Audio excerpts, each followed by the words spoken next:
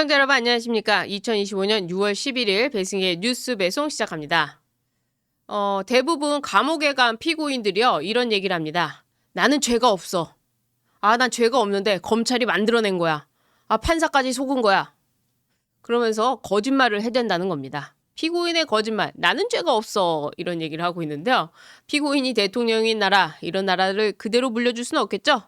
대한민국 진짜 전쟁은 지금 시작되고 있습니다. 저도 생존 신고합니다. 이번에는요, 그 거짓말 몇 가지를 좀 살펴보고요. 그리고 지금 이 이재명에 대한 소식과 그리고 이준석, 홍준표에 대한 소식도 있는데 이런 소식까지 한번 쭉 살펴보도록 하겠습니다. 먼저요, 이재명이요. 지난 대선 때 이런 공약을 내세웠습니다. 심지어 정책 순위 6번째, 굉장히 높은 거죠. 10대 순위 중에 6번째로 무엇을 했느냐? 세종 행정수도를 이루겠다. 그래서 이재명이 대통령이 되면 국회에 세종의사당과 대통령의 세종집무실을 이재명 임기 내 만들고 2차 공공기관 지방 이전을 추진하겠다. 이러면서 세종집무실 임기 내 건립하겠다. 이렇게 공약을 내세웠습니다.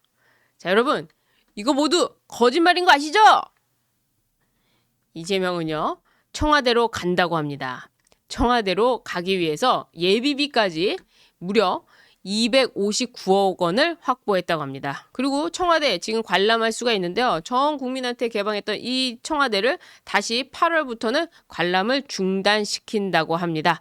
그리고 이 청와대로 다 리모델링해서 다시 들어간다고 하는데 이런 상황 속에서 동아일보는요. 또 이재명이 너무 잘하고 있다 라고 하면서 청와대로 복귀하는 거 너무 좋다. 이게 지금 공약을 위반한 상황이고 또 지금 지방과 관련해가지고도 국토를 균형적으로 발전시키자 이런 것까지 배치되는 얘기인데 이거를 동아일보는요. 청와대로 이제 오니까 리모델링 하니까 수평적인 집무실을 만들자. 그래서 미국의 백악관처럼 레스트윙, 라이트윙, 윙을 만들자 어쩌고저쩌고 하면서 특집 기사까지 써대고 있는데요. 동아일보가 지적해야 되는 거는 이재명의 거짓말이 아닐까요? 또 국민들한테 돌려줬던 이 청와대를 다시 가져가서 구중굴걸로 만들겠다는 이런 심보, 이런 걸 지적해야 진짜 언론이 아닐까요? 그런 언론으로 기대하기는 좀 동아일보는 어려운 걸까요? 이런 생각이 들면서 이재명의 거짓말 또 다른 게 있습니다. 무엇이냐? 이재명 시계요? 그런 거 뭐가 필요해요. 이재명은 실용주의예요. 여러분 이거 다 거짓말인 거 아시죠? 이재명 시계요? 만든다고 합니다. 이재명 시계. 그거 왜 우리가 안 만듭니까? 다른 선물까지 해가지고 정성껏 준비하겠습니다. 사실 이 얘기는요. 이재명 시계 얘기는요. 이재명이 직접 한 게 아니더군요. 어떻게 해서 이런 기사가 나오게 됐는가 하고 살펴보니까요. 유튜브 김어준의 뉴스공장에 전현희가 출연을 했습니다. 전현희가 출연을 해가지고 지난 7일 한남동 관저에서 지도부 만찬이 있었는데 그때 이재명이 이재명 시계 없습니까? 라고 물어보니까 그런 걸 뭘 만듭니까? 라고 해가지고 이재명은 이렇게 이재명 시계도 안 만드는 아주 실용적인 사람이다 라고 하면서 이재명을 칭송한 겁니다.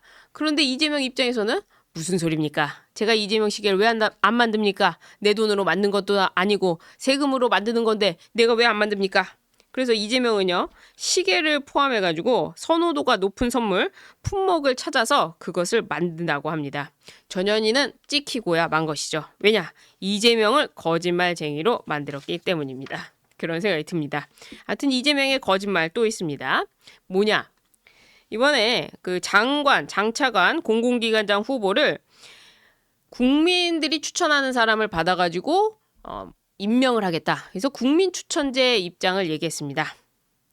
국민추천제를 한다고 하니까 진짜 국민들로부터 추천받는 줄 알았습니까? 여러분 이거 다 거짓말인 거 아시죠? 국민은 무슨 국민입니까? 개딸이죠. 예.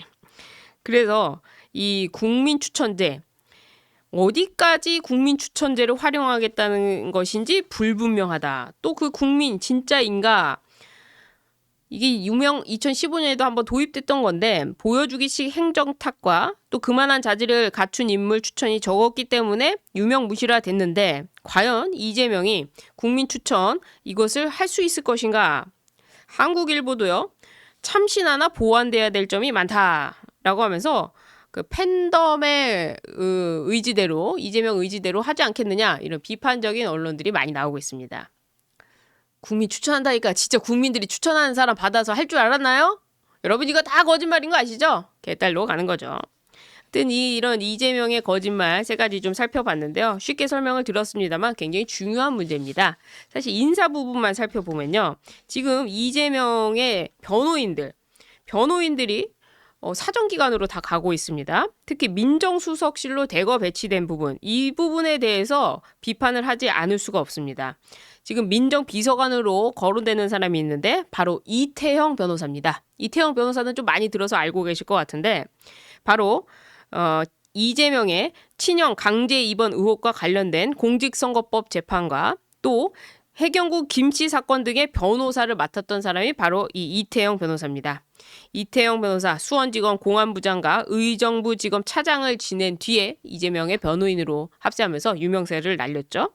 그리고 쌍방울 계열사 사회이사를 지내면서 변호사비 대납 의혹과 관련해서도 좀 논란이 됐던 이 사람입니다. 그런데 이런 사람을 이재명이 민주당 당대표를 할 때 무엇을 시켰느냐? 바로 법률위원장을 시켰고요. 또 대선 선거 대책위에선 법률 지원 단장을 맡았습니다. 그런데 이런 사람을 민정비서관으로 임명시키려고 하는 겁니다. 변호사비는 주지 않고 이쪽 저쪽으로 돌려가지고 사회이사비로 받거나 혹은 자리를 주거나 이런 것도 문제지만 이렇게 사법 리스크가 있는 피고인이 대통령이 됐다고 해서 그런 사람들을 요직에 앉혀서 사정기관을 두루 관리하는 민정에 앉혀가지고 다시 사실상 변호인단으로 만드는 것, 이거 굉장히 큰 문제라는 거죠. 그리고 또 최근 선거법 위반 사건 변호를 맡았던 전치영 변호사, 이 사람은요 민정수석실에 공직기관 비서관으로 유력하게 거론되고 있습니다. 자, 문재인 정부 때 공직기관 비서관 하면 누구죠? 바로 최강욱이었죠. 최강욱. 어떻게 공직기관 비서관이 됐느냐? 조국 기억하실 겁니다. 조국의 민정수석 때 정경심으로부터 무슨 부탁을 받아가지고 아들의 인턴과 관련된 서류를 써준 거 아니냐? 그래서 그것을 빌미로 해가지고 들어온 거 아니냐? 논란이 돼가지고 공직기관 비서관 있을 때 또 나와서 또 그 국회의원으로 나가고 이런 일을 겪으면서 결국에는 업무 방해죄로 비서관 국회의원 자리도 날아갔습니다만 어쨌거나 그런 자리에 이재명이 자신의 변호인을 또 둔다는 것, 이것은 과거로부터의 반성도 없고요. 또 자신의 그 사법 리스크를 공직기관 비서관으로 가면 어떡합니까? 검찰 인사를 주물딱주물딱 할 수 있겠죠? 그러니까 나머지 수사를 못하게 할 수 있겠죠? 그리고 검찰한테 이렇게 얘기하겠죠? 니들 한번 기소 유지해봐라. 이렇게 얘기할 수도 있는 겁니다. 굉장히 위험한 인사라는 것이죠. 또 대장동 사건을 변호했던 조상호 변호사, 이 사람은 과거에 수장 발언으로 논란이 됐었죠. 천안함 사건에 대해서 수장 발언 해가지고 논란이 됐던 그 사람인데 물론 사과는 했습니다만 이 사람도요 또 민정수석실 행정관으로 근무 중입니다. 그러니까 지금 민정수석실 산하 비서관 4자리 중에 3자리를 이재명과 관련된 사건의 변호인을 기용하는 이런 입장으로 지금 이재명이 나오고 있기 때문에 이건 좀 문제가 되는 거 아니냐. 그런 점에서 이거는 좀 선을 넘은 것이다. 지금 벌어지는 일은 선을 넘은 것이다. 이렇게 비판하는 사람도 나오고 있습니다.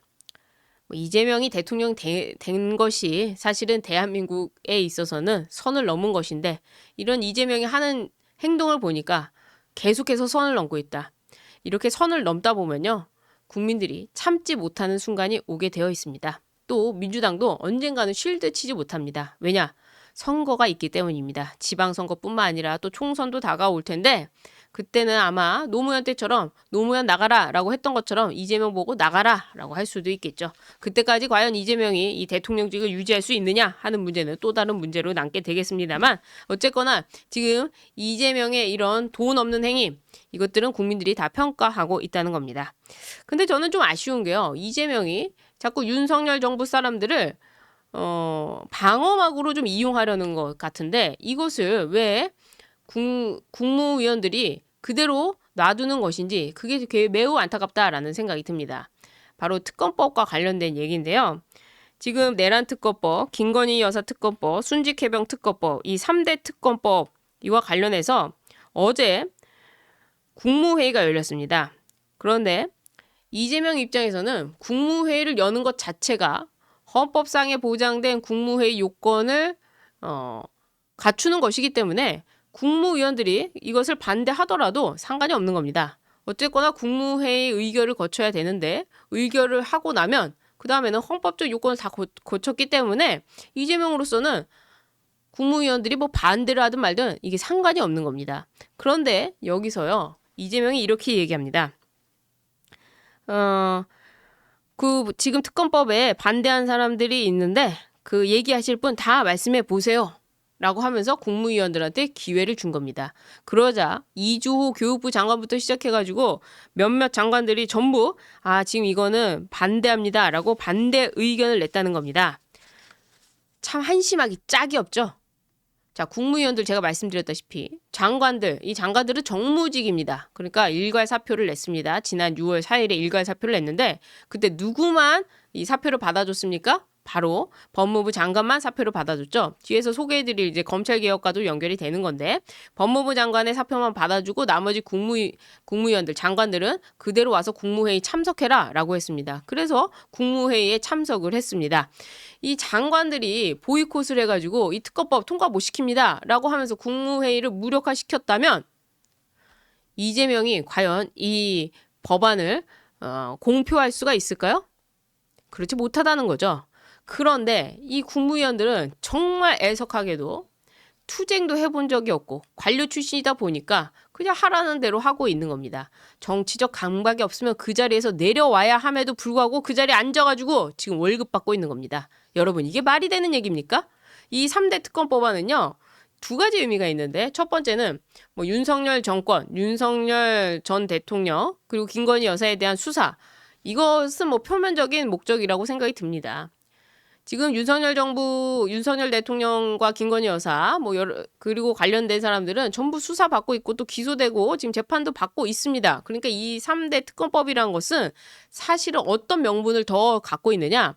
민변 등 이재명을 도와줬던 그런 사람들, 그 사람들한테 특검이 지금 50명에서 60명 정도 되고요. 그리고 관련자들도 많이 이제 투입이 될 겁니다. 200명, 300명씩 투입이 될 건데 여기다 자리 주는 겁니다. 그 자리를 위해서 6개월, 최장기가 1년 얼마, 이렇게 해가지고 거기다 월급 주는 겁니다. 그리고 그게 그냥 그대로 끝납니까? 수사 기간만 그렇다는 거고요. 재판을 가면 대법원까지 가기 때문에 그 3심이 나올 때까지 계속해서 그 월급 나가는 겁니다. 자, 그런 자리 주는 겁니다. 그런 자리를 한 몇백 개를 그냥 만드는 겁니다. 자, 이런 상황입니다. 이 특검이라는 것은 그런 목적을 가지고 있는 겁니다. 자, 이런 상황 속에서 국무위원들이 반대 의견 내면 어떻게 됩니까? 그게 반대 의견으로 결론이 납니까? 이것은요, 반대 의견을 내든 안 내든 상관없이 이재명으로서는 국무위원들한테, 장관들한테 내가 다 반대 의견 받았다. 그렇지만 내가 결정을 했다. 이런 명분만 주게 되는 겁니다. 정말 바보 같은 사람들입니다. 임기가 있는 공공기관장들, 그런 사람들 모르겠지만 오세훈 서울시장 가지 말아야죠. 그리고 이주호 장관, 윤석열 정부 때 임명됐던 사람 아닙니까? 가지 말아야죠. 그런데 여기에 과학기술부 정통부 장관, 국방부 장관, 국토교토부 장관 솔직한 의견을 내놨다고요? 제정신입니까? 이런 생각이 듭니다. 이렇게 투쟁력이 없기 때문에 그대로 당하는 겁니다. 그대로 당해요. 그러면서 제가 또 하나 말씀드리고 싶은 것은 지금 사법부입니다. 사법부를 망치는 사람들이 바로 법원 안에 있습니다. 누굽니까? 조희대 대법원장부터 시작해가지고요. 좌파 판사들, 거기다가 판사 출신의 민주당 의원들, 이 사람들이요. 지금 이 사법부를 망치고 있습니다. 조희대 대법원장, 이번에 대장동 사건까지 연기하면서 사실상 재판이 거의 올 스톱이 됐는데 조희대 대법원장이 나와서 대국민 성명이라도 발표해야 되는 거 아닙니까? 아무리 피고인이 대통령이 됐다 하더라도 사법부는 양심에 따라서 재판을 하겠다. 이렇게 말해야 되는 거 아닐까요? 그런데 조희대 대법원장 어땠습니까? 이 뭐가 좋다고 피고인 이재명과 웃으면서 악수를 합니까? 그리고 개별 재판부가 그런 입장을 낸다 하더라도 대법원장이 나서서 내가 권력을 막아주겠다라고 하면서 재판을 계속 진행해라. 이렇게 해야 되는 거 아닙니까? 우리 헌법 84조가 규정해 놓은 것, 그것은요. 대통령 재직 중에 일어난 범죄에 대해서는 그때에 대해서는 대통령직을 수행할 때는 기소를 하지 않겠다는 것이지 이미 재판 중인 것을 그것을 재판하지 않겠다라는 뜻이 아니라는 게 법조계 해석입니다. 그래서 검찰이 어느 순간 이 검찰개혁이라는 이름으로 검찰이 해체될 텐데 이럴 때 검찰이 나와가지고 또 다시 재항고를 해가지고 법원에 재판을 제기해달라 할 수도 있습니다. 그러나 뭐 그것을 기대하기에는 너무나도 우리가 지금 대한민국 현실이 각박하다 보니까 기대할 수 없다 하더라도 법원에서 먼저 특히 대법원장 본인이 파기 재판 안 했기 때문에 이런 안타까운 현실을 맞게 됐는데, 그렇다면 조희대 대법원장이 당연히 나서가지고 사법부의 신뢰를 위해서 우리 재판부, 우리 사법부 판사들은 무엇이든지 하겠다 이렇게 나와줘야 되는 거 아닙니까? 그런 점에서 이 대법원장 그 자리 물러나야 된다고 생각합니다. 어떻게 보면 김명수보다도 더 못한 사람이 그런 사람이 아닐까 생각이 듭니다. 김명수는 그래도 문재인이 임명했으니까 문재인 편 끝까지 들다 가지 않았습니까? 윤석열 대통령이 임명한 조희대 대법원장 정신 차리길 바랍니다. 그런다고 해가지고 대법원장 나와서 본인이 인생에 잘 될 거라고 저는 생각하지 않습니다. 그리고 지금 있는 사법부에 있는 판사들도요, 국민들이 다 기억할 겁니다. 그런 사람들 절대로 성공하지 못하게 해야 된다는 것이죠. 어쨌거나 지금 이재명에 대한 이 재판에 대해서 국민의힘도 나가가지고요, 고등법원 앞에서 농성을 했습니다. 바로 그 앞에서 의원총회를 열어가지고 재판 속개, 헌법 수호, 재판 연기, 헌법 파괴, 사법 정의를 지켜내자, 당장 재판을 속개하라라는 구호까지 외치고 왔습니다. 참 이런 부분들은 잘하고 있다고 우리가 평가를 해야 되겠죠. 그러나 더 나아가서 해야 될 부분은 바로 시민단체와 함께 이런 집회에 있을 때 같이 해야 된다는 겁니다.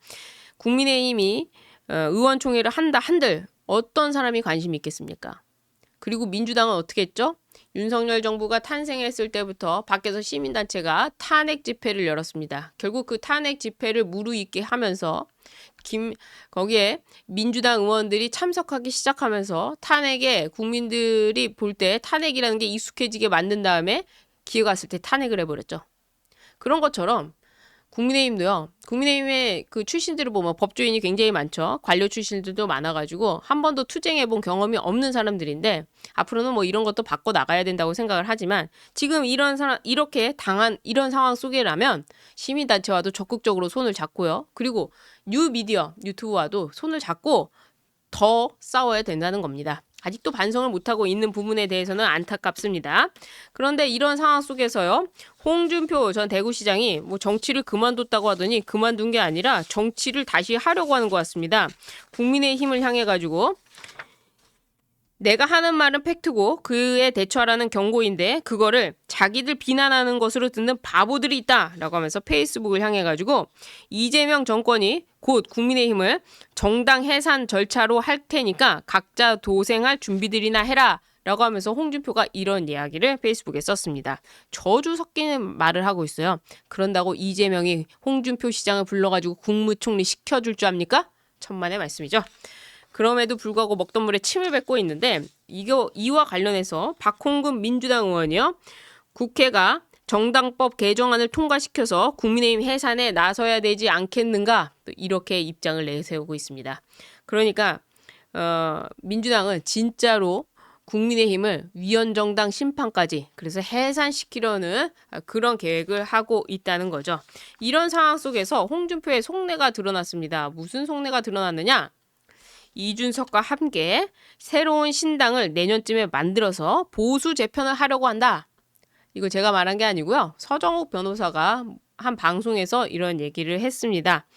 그러면서 홍 전 시장이 서울시장 꿈이 있다더라. 자, 뭐 별거 다 합니다. 정말요.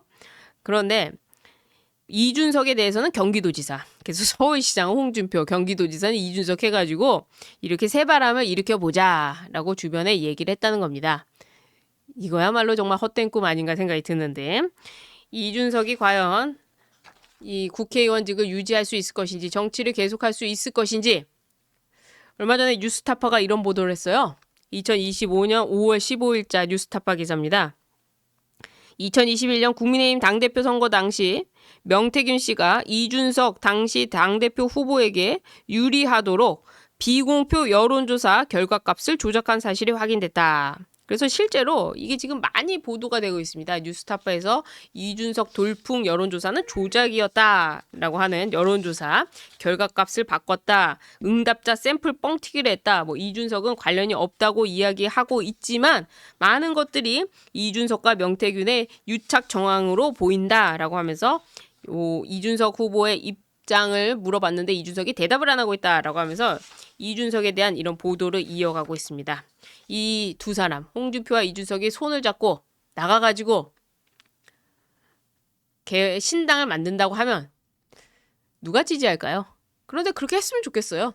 국민의힘에 이런저런 소리 하지 마시고 또 이준석도 이미 나가서 개혁신당 당대표까지 하고 대통령 선거까지 했으니까 이제 더 이상 이쪽에는 관심 갖지 말고 홍준표 시장이랑 함께 만나가지고 새로운 길을 가길 바란다 이런 말씀 드립니다.